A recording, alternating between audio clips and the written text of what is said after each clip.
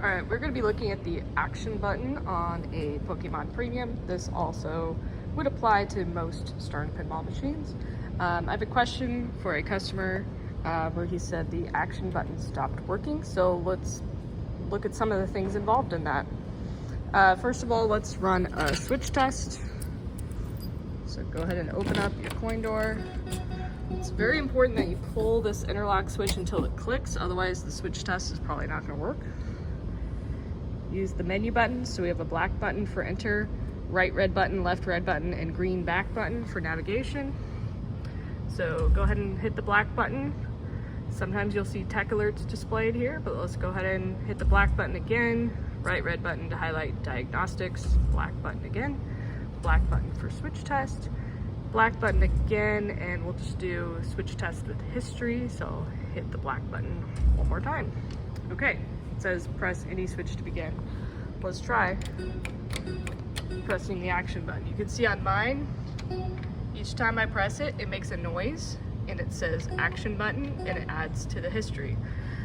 If yours isn't working, let's try a different switch just to make sure you're in the correct test and everything else is working. So I'm going to hit the right flipper button for comparison.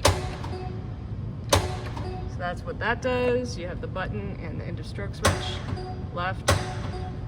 Let's go back to action button.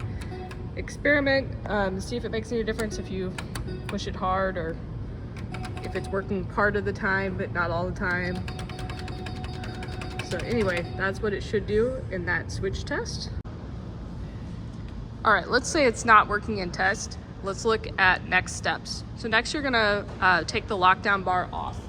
So there's two metal latches inside. You're gonna flip them up and over. Stick your head in the coin door if you're not sure what the latches look like, and you can pull the lockdown bar straight up. Be careful that the glass doesn't slide out on its own. Let's look at the lockdown bar itself. This is what the action button looks like. It should spring back up after each press. This is what it looks like on the bottom. So this is the part that presses the actual action button switch. Let's go ahead and slide the glass out so we can see the switch better. The switch is located right here, but we'll see it better once we get into it. Put your glass in a safe place. I'm going to use protective corners. You can set it on a carpet or a piece of cardboard or a towel. When you press the action button, that bottom part of the clear button should touch this white nub here, and then that pushes on the metal switch until it contacts with the other part of the switch. See, if I push this down, it's triggering the action button. Sometimes all you need to do is take the lockdown bar off and put it back on. It could just be a simple case of alignment where this nub wasn't quite lined up with the button, and maybe as you put the bar on, it kind of got twisted off to the side. So first, just try taking off the lockdown bar and putting it back on and see if that solves it. It could be as simple as that. If it's still not working right, let's take the balls out so we can tilt up the playfield and see the switch better. Put your fingers right here and push up until you have all 6 balls removed. Now that you have all 6 balls removed, you can tilt up the playfield. For safety, let's go ahead and just turn the game off before we do this.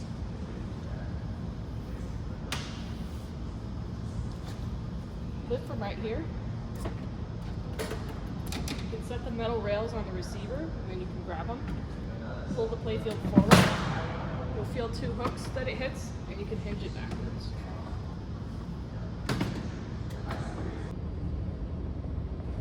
Alright, so when I've had action button issues, it's always been solved by either reseating the lockdown bar or tweaking the switch right here.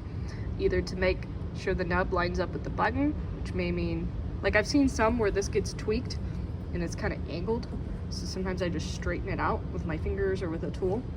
The other most common thing is, see how when I push the switch, when it touches right there, that's what actually triggers the switch hit. So we have this lower switch leaf with a stiffener on it and a little contact on it, and when it touches, that's what you're looking for. So I have had multiple games where I actually just need to move this up a little bit to make the gap smaller to make sure it makes contact. Takes a little bit of trial and error sometimes. Here's the proper way to do it, but you can also do it with your hand. Here's a switch adjuster, which is just a metal tool with a slot in it. The best, cleanest way to do it is to grab that lower switch leaf and the stiffener, so 2 layers, from as close as you can to the switch stack, which is the part with the screws in it, and you twist this and move it up a little bit. Now, I'm not moving mine much because it's working great. If yours is too far open, you may need to twist a little harder than I'm doing. And then to do the final test, you'll put the lockdown bar on, put it back into switch test, and make sure it's working. So those are kind of the most common things. But let's keep looking just in case it's something else. Here I have the manual open to the page that's called Switch Reference, which happens to be page 19 on this document here. Here you can see action button. So let's talk through what information it gives you here. The switch is number 90. The node board is number 1. That is the cabinet node board, which I'll show you. It goes through connector 7, pin 10, with a tan with white wire.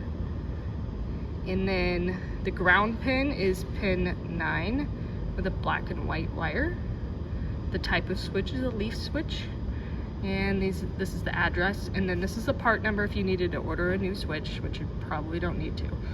But right now I'm focused on, we're looking for tan with white wire and a black with white wire, and we're looking for where it goes through node 1. So first things first, make sure the wires are attached to the switch itself.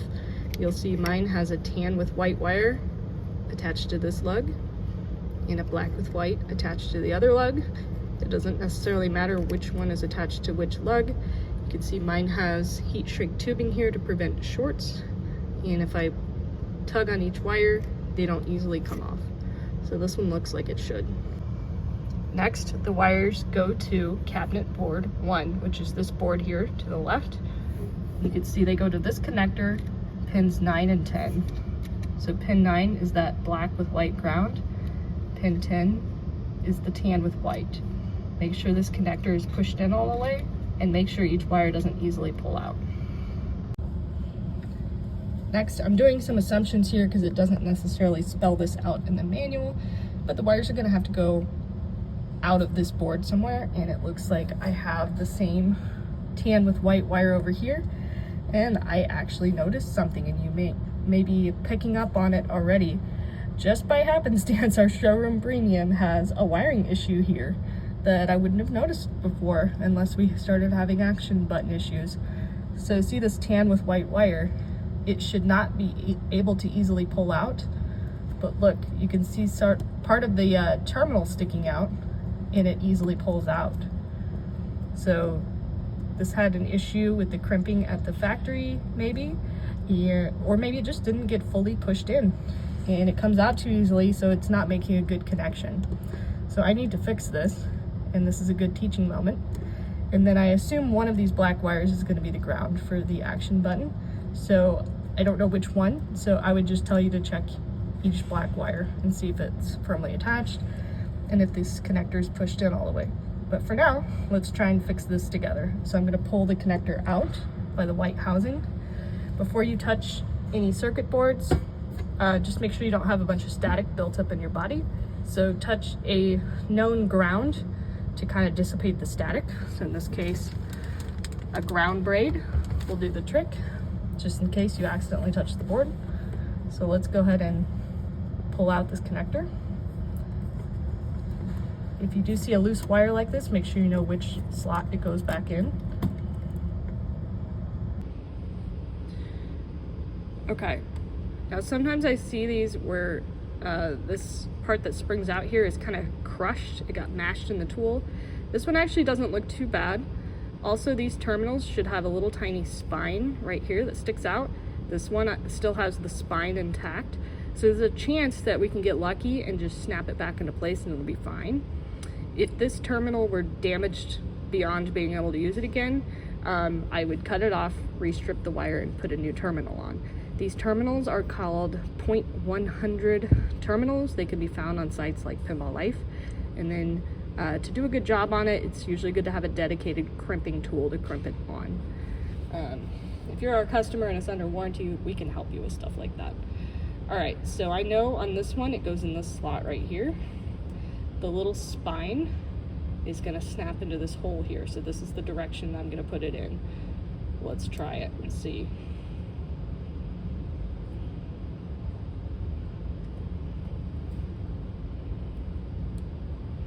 Okay, I heard a little click, so that's good. Now, it's important to see if it pulls out easily. And it doesn't, so we got really lucky. We're able to just snap it back in place. At the factory, it just never got snapped in.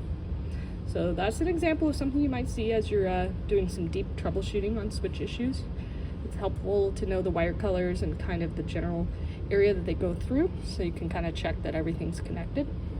From here, I'm gonna plug it back in. So to show you the direction it goes, it has these little fins, and they kind of interlock with the header pin. So I'll show you the direction it goes. Just make sure you don't plug it in off by a pin so it's hanging off. Just line it up. Those fins will kind of help you align it anyway. Plug it in. And at this point, I would recommend retesting that switch. When you're testing other switches and you have one that's not working, it can help to see what other switches use the same wire color, because sometimes you have several the same ground wire chained together. For example, if you look at these three right here, they all use a black with brown, and they all go through pin 10 on the node board. However, we're looking at the action button. It uses a black with white ground. I do see the start button uses black with white. However, it has a different pin number on the node board. So I don't know that anything's really shared there. However, I'm going to go ahead and test everything that goes through node board 1 to make sure there's no other issues here for the customer, so that he can have as thorough a diagnosis process as possible. So see how all these go through node board 1.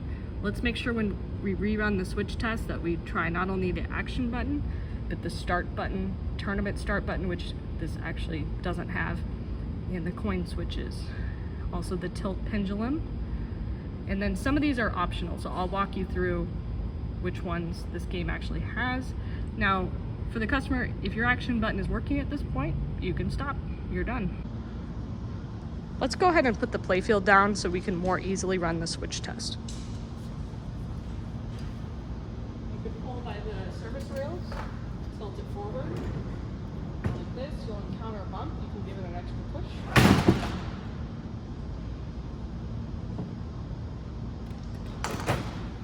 Go ahead and power the game on. Close the door while it powers on so it can fully power up with all the voltage it needs. Now I think in the case of this customer, it's just his action button not working. But if you were to suspect node board 1 for some reason, let's test other things that go off of node board 1 just to see. So after action button, we have start button. So let's go to switch test. Pull the interlock switch. Enter, diagnostics, enter, switch test with history. All right, so here's our action button. Now let's try the start button.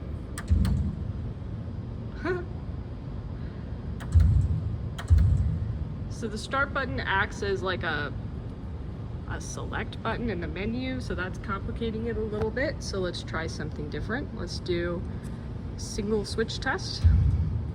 And I'll use the right red button to navigate to number 93 start button. Now let's try it. Okay, that's how you would test just the start button. After the start button, we see basically coin switches, which most games are only gonna have 2 or 3 coin switches and not left, right, center, 4th, 5th. So just know that some of these are not there. Tilt pendulum is there. 6th coin I don't think is going to be in there. Ticket notch, we're not using a ticket machine. Slam tilts, actually that's optional, so that's probably not going to be there. And ticket low. So just know that a lot of these are optional and not used, so we're just going to focus on the coin switches that we do have and the tilt pendulum. So here's the right coin switch. Oh, I'm still in single switch test, so let's go back, enter, enter, switch test with history, enter. Let's try that again. I don't know if I'm not pushing this hard enough. I should know better. I used to be an operator. So pushing it from this side doesn't seem to be enough pressure to actually trigger it, so I'm gonna push it from this side right here, and that works. Right coin, and left coin. Okay, and then tilt pendulum is pretty easy. We don't have our plumb bob installed, so I'm just gonna move the rod. And that works. So I'm gonna leave it there for now. Basically, the reason I'm showing you these others is if you were to suspect a major issue with cabinet node 1, you could see if other things work. If all these other things are not working either, then hey, maybe it is cabinet node 1 or a wire that's associated with multiple things. I don't really see cabinet node 1 issues hardly at all. Like I said, with the action button, it's almost always making sure the buttons line up with the switch and making sure the switch is adjusted. And then of course, making sure the wires are attached. I hope this helps. Let us know if you have any further questions. I'll take you along with me as I just put the balls back in, put the glass on, and put the lockdown bar back on.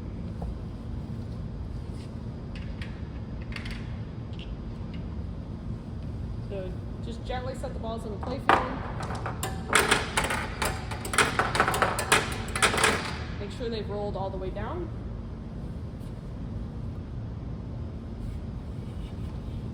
Slide your glass in.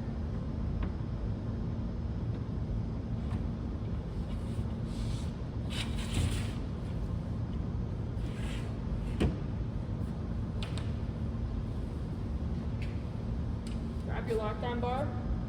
And now you know that it's important to line up the button with the switch. So just be somewhat gentle as you put the lockdown bar in place.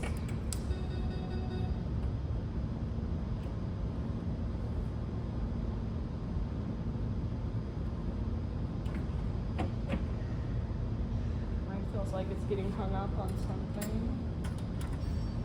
Make sure the glass is all the way up. My glass wasn't all the way up. There we go. Latch it into place,